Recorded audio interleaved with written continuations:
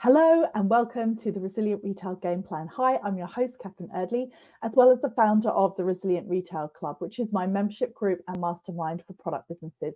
You can head over to www.resilientretailclub.com to find out more. And if you use the code 10podcast, that's 10podcast, you'll get £10 off your first month in the club. Today's episode, we have got an amazing guest, Toks Aruoture, who is the founder of the Baby Cot Shop, who is based in Chelsea. She talks about so many fascinating topics that I just know you're going to find so useful, all about managing your mindset, how to overcome business failure, and what to do in your business when you're feeling unsure of the way forward. She shares so many gems. Let's dive in.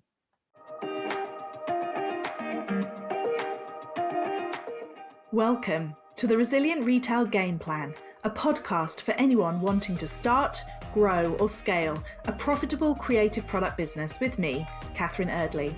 The Resilient Retail Game Plan is a podcast dedicated to one thing, breaking down the concepts and tools that I've gathered from 20 years in the retail industry and showing you how you can use them in your business. This is the real nuts and bolts of running a successful product business, broken down in an easy, accessible way. This is not a podcast about learning how to make your business look good. It's the tools and techniques that will make you and your business feel good. Confidently plan, launch and manage your products and feel in control of your sales numbers and cash flow to help you build a resilient retail business.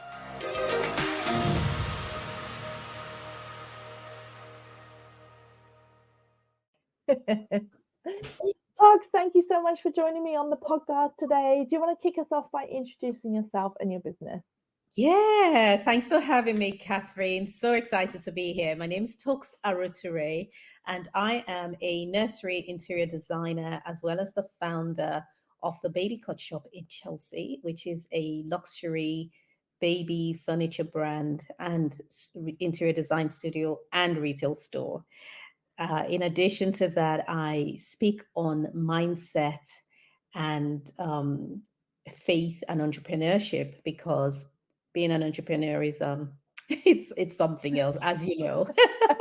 It's mindset over the years, and I've had to learn how to be resilient. So excited to be here.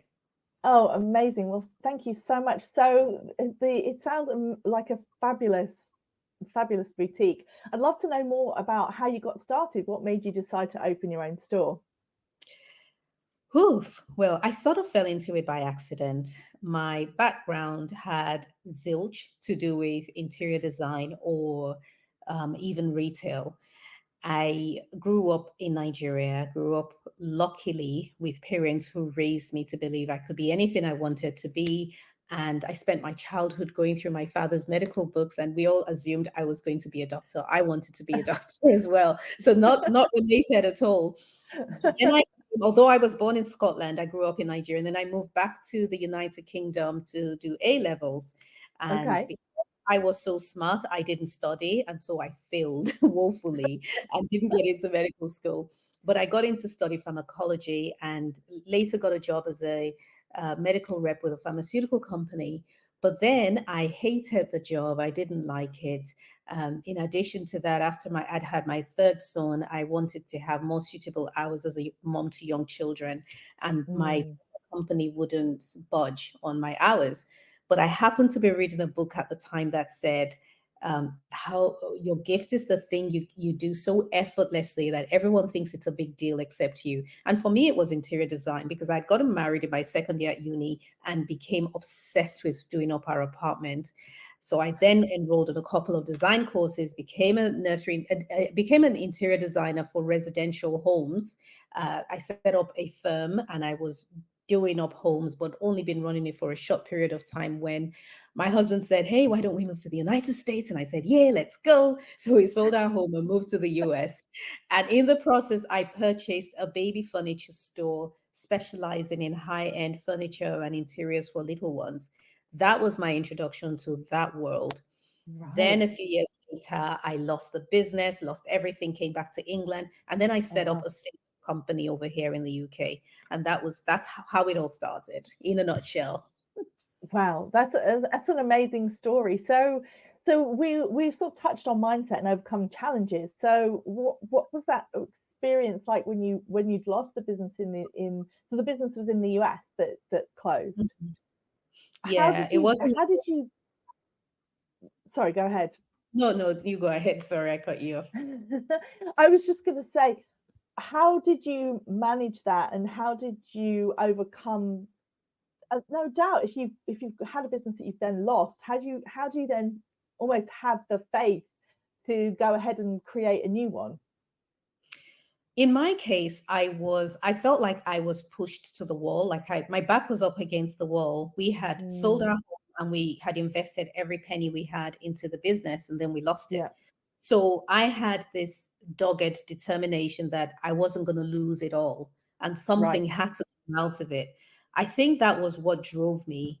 But also I knew that it was because when we came back to the UK, I began researching the market here, and so there was Hmm. absolutely nothing like what was sold in the United States, and I knew Mm, that it was viable. I knew that it was an idea that could work here. Who doesn't like beautiful things? Who doesn't want to have their nursery look the best for their newborn baby?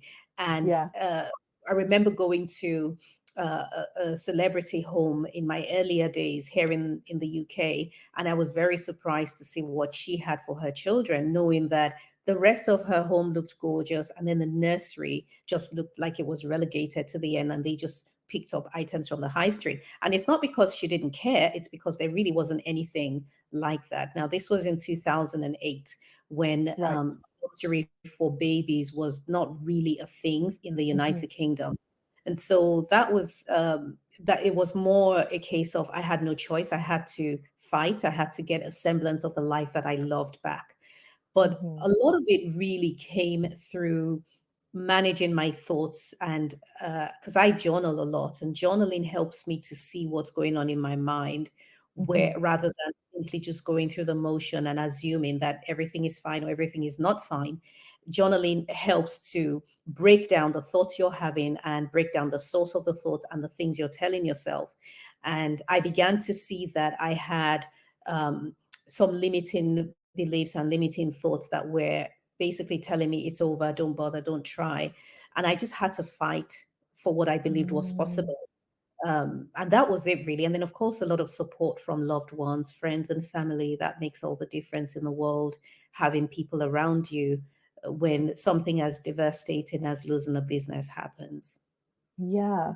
It's I love your story because well, because you were so persistent and because the other thing that I really like about your story is that often when I talk to people, they have this huge amount of fear about around business failure. You know, as small business owners, we start our businesses and people have a lot of fear about what if it doesn't work out or what if I get into a situation and that I can't maneuver out of.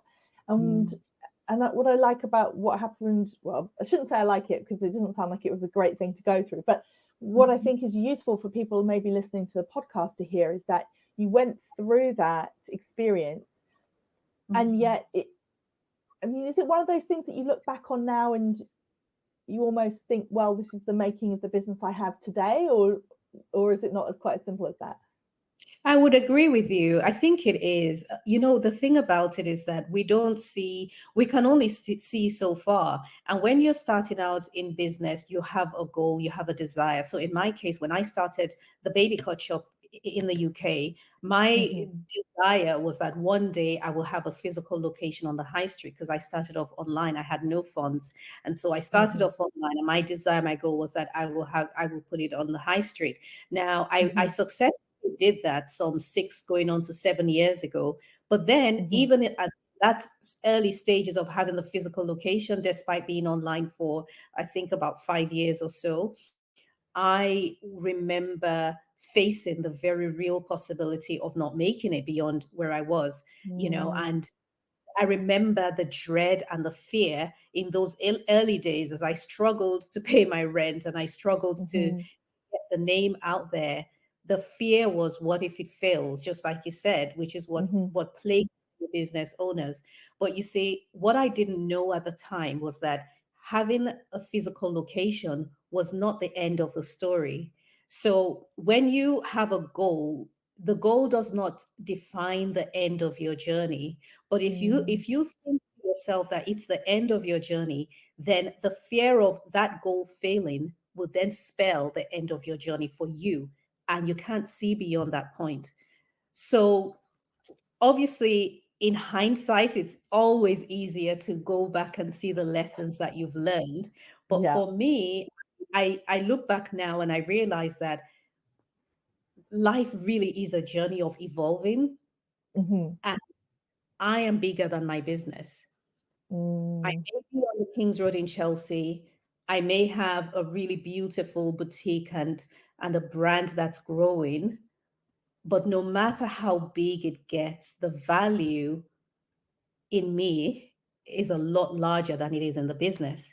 And if I can see mm, ourselves that way, and if we as business owners can see ourselves as always being superior to the business, no matter how huge your vision is for that business, if you can see yourself as being superior, then you know that the end of the business is not the end of you, because wherever that mm, business, there is more within you, and you can grow some more and you can create. So in my journey, I love what I do at the Baby Cot Shop. I'm just so passionate about helping new parents create beautiful spaces.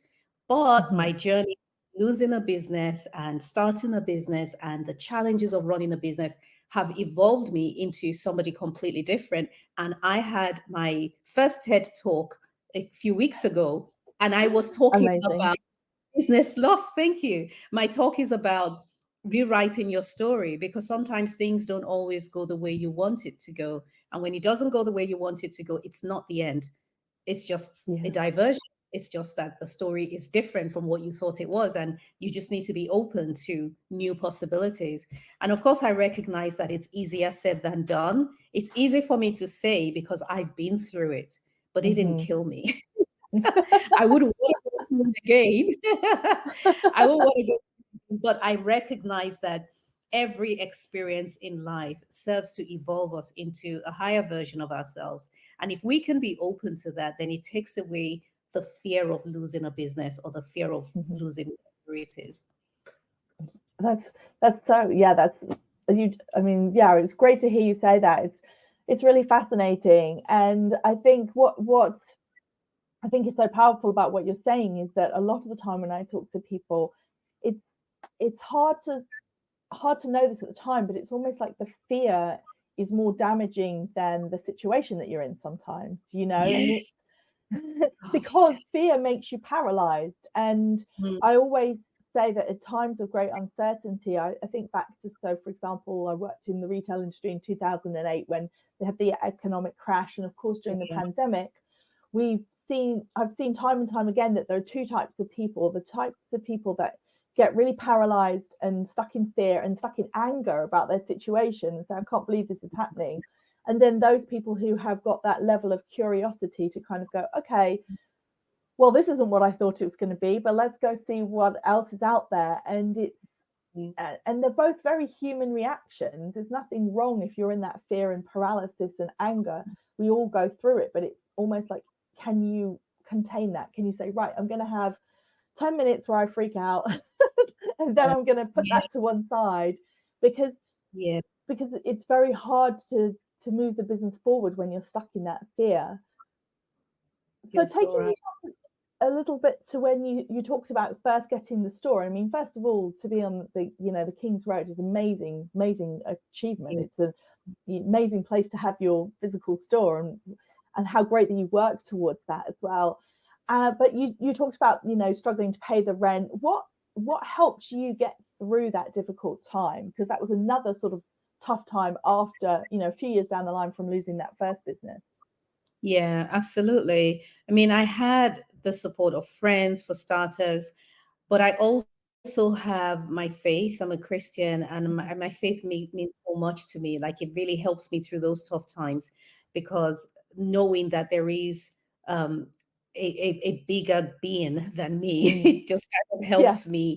So that was one. But it was also telling myself over and over that I'm on the right path. This is a normal journey of Mm. entrepreneurship. And I search for stories of entrepreneurs who have failed and who have become successful after Mm, failing. It mhm, encourages me that I'm on a normal path. I don't read stories of people who talk about their multiple millions and their mansions. I'm not interested in that because it's not helping me. It's, if anything, it's mm, telling me just how my life is compared to yours.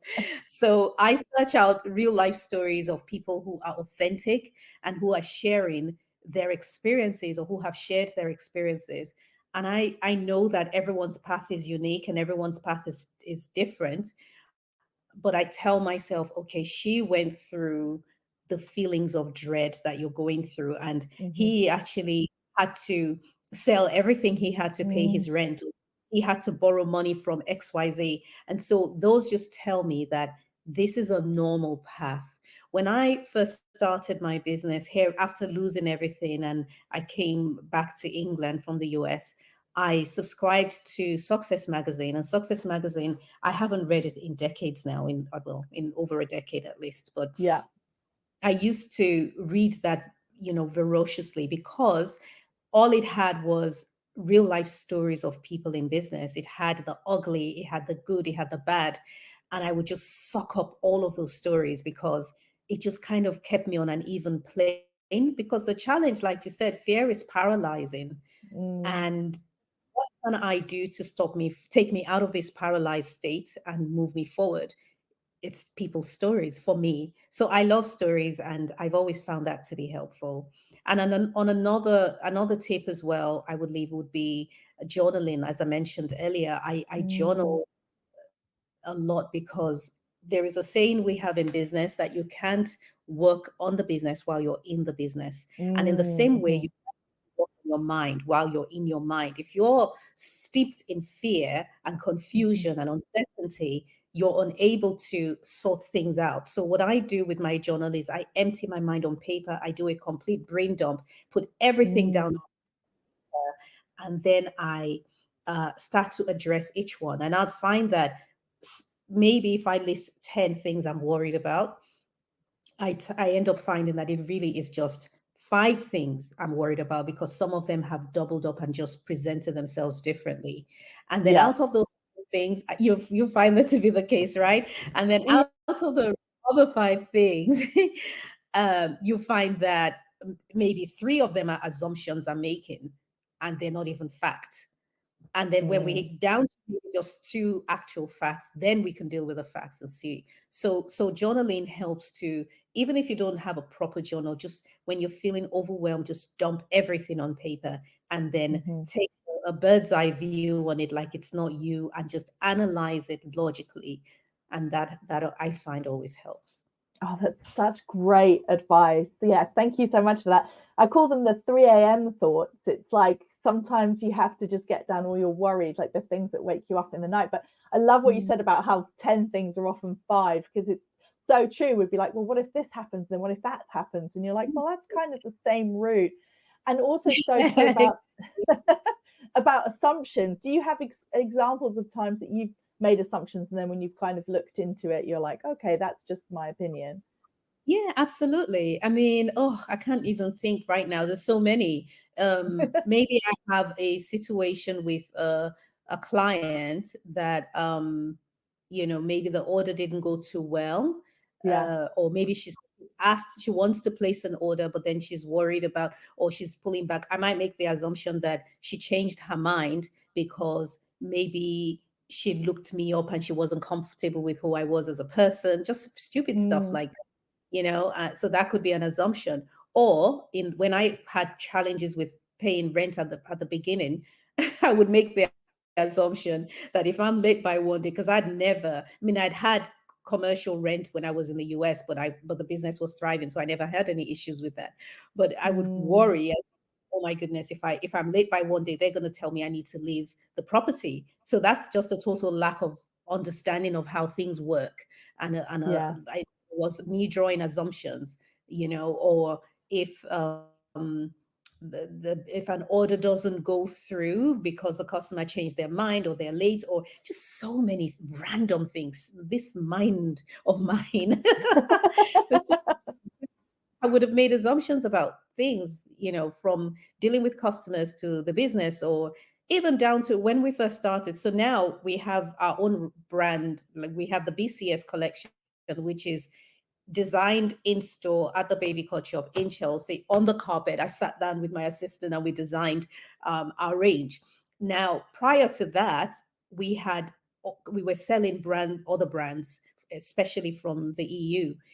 One of the challenges, especially one particular brand, I remember we would always arrive damaged. So whenever we have a shipment coming in, I would make assumptions that it was going to come damaged, and I will try and put things in place, and then I would freeze through the night and not sleep because I'm like, it's going to be damaged. What am I going to do if it's damaged? What will I say to the customer? Because the baby's due is coming. I won't be able to have another one made on time. And it just spirals. And so these are all assumptions I'm making of a situation that's not even true. And then the furniture arrives and it's fine, So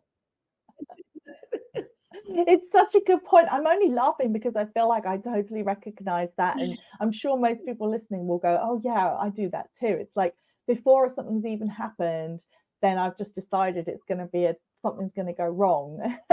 and therefore you're getting like stressed. And I think it's always, I feel like there's a quote that always makes me laugh. I think it was Mark Twain, and he said something like, I've suffered many disasters in my life, most of which have never happened.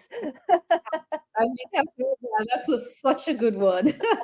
Most of which has never happened. Yeah, exactly. And it's like that thing but I'm sure so many people, I mean, for example, one of the big things that I know that I've talked to lots of people about the last couple of months is you buy all your Christmas stock. I know baby's not quite as seasonal for Christmas as some other areas, but but if you're a seasonal Christmas brand, you buy all your Christmas stock and then you have to sit there in October and November, sometimes sort of to mid to late November before people really like those sales really kick in.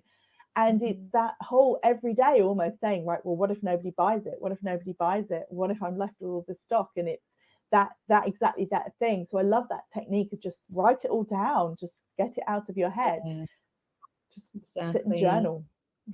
Exactly. Sit and journal. And even for the ones that you can't shake, because that's such a good example. What if it doesn't sell? What if my stock stays right through till January and doesn't get sold?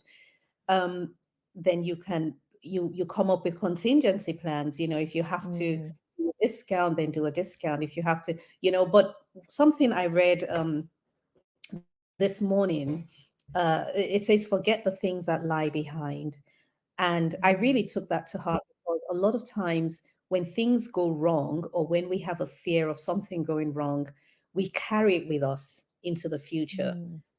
But if it's gone wrong, it's gone wrong, and just grow from the place that you're now standing. So you have Christmas stock that didn't shift, just grow from where you stand today.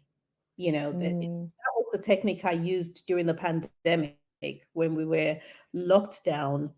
I had to rewire my thinking and tell myself the whole world is paused. So ignore everything that you would have made during the pandemic, let it go and just grow from where you are now. Pretend you're starting a new business if needed and just start from there and from there. That's such great advice, because also there's people have very different experiences during the pandemic, and for some people one of the things that they've struggled with the most has been that they had an amazing time when if they were e-com brand and everyone was locked down in 2020 and into 2021, and almost in 22 and 23 what they've really struggled with is accepting that what happened in those years was an anomaly. And it's like you say, you have to almost say, right, if I'm starting from scratch today, but that can be a tough thing to grapple with. Yeah, absolutely. That's so true. I didn't actually think of that, Catherine, about people who had the boom during the pandemic and we're hoping that it will continue, and then it went. I never actually considered that. So that's quite an interesting it's an interesting place to be. But then again, it's acceptance that that was an anomaly, like you said, and you Yeah. accept it. And then, oh, while we don't want to pray for another pandemic and hope that we can recreate the circumstances, we just have to make do with the fact that anomalies do happen. That was a nice spike. What can I do? And even being at peace with it might never even happen again. Will you be? Can you Yeah. be at peace with the fact that it may not happen again? And can I continue on the trajectory I was before the pandemic happened? Yeah. Yeah. Like, as you say, letting go of what's behind you.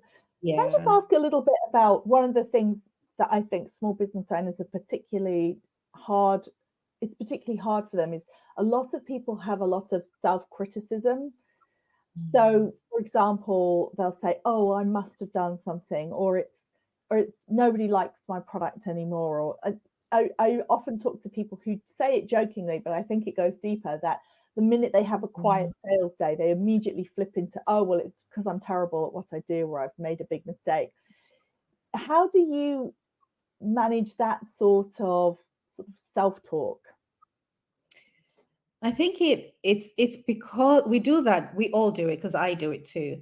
But it's because as human beings, we naturally seek um, closure or completion. Things need to make sense to us. We don't like things not making sense, and so we're Mm, always looking for the reason why. And if we don't know the reason why, we create the reason why. So if no one's buying from me, the tendency would be I'm going to create a reason why, and that reason is because they don't like the products anymore. And it's really dealing with the cognitive dissonance of what I desire to see happen on the inside versus what's really happening on the outside. The mind is constantly trying to get rid of that dissonance and find balance. And we can either find balance by changing what's going on the outside, i.e., increasing the sales and people are buying, or we accept what's happening on the outside and we tell ourselves that it's justified and it's supposed to happen. And then that mm, balance comes into place. So the way that I deal with it is regularly reminding myself, first of all, that my path is unique and different. I think that a lot of that mindset and that thought process comes through comparison as well, because mm, I wouldn't have thought no one liked my business during the pandemic when nobody was shopping at the Baby Cot Shop because the shop was closed. mhm, But then if I had heard of a competitor who was really killing it during the pandemic, I would have had a problem. I would suddenly say they prefer her to me or prefer him to me. So one, there's always that need to find a reason, but a lot of sometimes it comes through comparison, because what exactly is the standard with which you're measuring your success with? If people are no mhm, longer buying, why do you think they should be buying in this situation? Like, for example, with the Baby Cut Shop, it's not, we don't sell a lot of furniture over Christmas time because people are more mhm, focused on toys and gifts and Christmas. But come mhm, January, then it spikes up again for us. So it wouldn't make sense for me to complain at Christmas time and say, well, it's because no one likes me. mm, I guess what I'm trying to say is being logical in our thinking and not always pointing things back to us being the cause of it. And there are mhm. times that we wouldn't always have an answer for why things are going on, and we just need to try different, try something else. It's not always about us. I think if we Yeah. have a mindset that it's not always about us, it would be a lot easier. There are circumstances that happen. Interest rates go up, people's spending pattern changes. There are so many reasons that have zilch to do with us why sales could drop. And once you're able to look outside as opposed to well, it's good to look inside as well, because it could just be that I'm not pulling my weight like I should be, or maybe I've done something different. It's good to identify and check and see if that's also the case. But a lot of times things happen that are outside of our control and we struggle to accept it. But I Mm, think mhm, we accept that things do happen that we have no control over, it actually gives us the power to navigate the situation and find other solutions to it. There was a time, this was before I had the shop, so now we're going back. probably 10 years ago, when sales were really low and sales were very slow. And I just went to the British Library, which I recommend, the IP Center in Houston. I went there and I went in there. Went onto the computer and I typed in what is a business, because I felt like I had so many holes in my foundation, and I felt like it may have, I couldn't identify why there were no sales. I was doing everything I knew I could do. And I convinced myself that what the issue was, a lack of knowledge somewhere. So how about I pretend I don't have a clue and go and rebuild from scratch and go and check and see what is a business, and then check how do I market, and just really go back to basics again and see if something could come out of it. And that actually did help. I see. So you kind of took that step back. You said, right, let's just assume that I've got some gap somewhere. You went to the Business and IP Centre at the British Library, which I agree is fabulous. It's a great resource and free, right? And then just started, right, let's look at it with fresh eyes. Absolutely. Yeah. And another time I engaged the services of a mentor, and he mentored me and really did help my business grow. He mentored me for a number of years. It's still very much in my life today.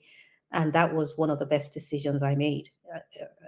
An established CEO who had been through cycles of recession and cycles of different types of sales seasons in the UK. And the company is called Grey for Gold, which is exchange my gray hair for gold. I don't know if you've heard of Grey for Gold. No. Roland G. Oh yeah, brilliant, because it's made up of ex-CEOs of some of the top brands like M&S and Hugo Boss and the rest of them, and they mentor entrepreneurs. So I had the services of Roland, and that really did help. So sometimes it helps to get another pair of eyes, because there is nothing new under the sun. So whatever it is we're going through retail today has happened before, may have presented differently, but it has happened, and there is somebody somewhere who's familiar with it, and they can guide you on what to do. Fantastic. Yes, I completely agree. I certainly think I'm in my 23rd year in the retail industry, and it definitely feels like certainly we've been through some of this before, but it just present exactly as you said, it presents differently. I love that. So tell me, Toks, thank you so much for joining me today. It's been absolutely brilliant to have you. So tell me what's next for you, and how can people find out more about what you do and about the Baby Cot Shop? So we are based on the King's Road, 408 King's Road in Chelsea, London. And we're also online at babycotshop.com. And we design the most beautiful nursery rooms, children's rooms, playrooms in the world. Wow. Our products are also available for sale. So you can just jump onto our website or visit us in store and say. But in addition to that, I do business coaching and mentoring as well. Or not business coaching, mindset coaching, because your mind goes wherever you go, whether you're in business or just doing life. So I do some mindset coaching, and I've got my TED Talk coming up soon. I'm super excited about that. It's so exciting. Yeah, so I will definitely share it with you. Amazing. But that's it. Thank you. Fantastic. Thank you so much. And I'll put all of those links into the show notes so people can check you out. Thank you, Catherine. Thanks for having me. I've enjoyed our chat. Thank you so much for listening in. I hope you enjoyed that episode. Why not head over to @Resilient Retail Club and share with me your thoughts. What did you take away from today's episode? And do also share your photos of where you are listening in. I love to see where you are when you're listening to the podcast. If you have a moment to rate and review the podcast in iTunes or Apple Podcasts, then that makes a huge difference to getting the podcast out in front of more people. You can also rate it inside the Spotify app. And of course, if you subscribe or follow the podcast, you'll be the first to know about each new episode. Until next week, bye.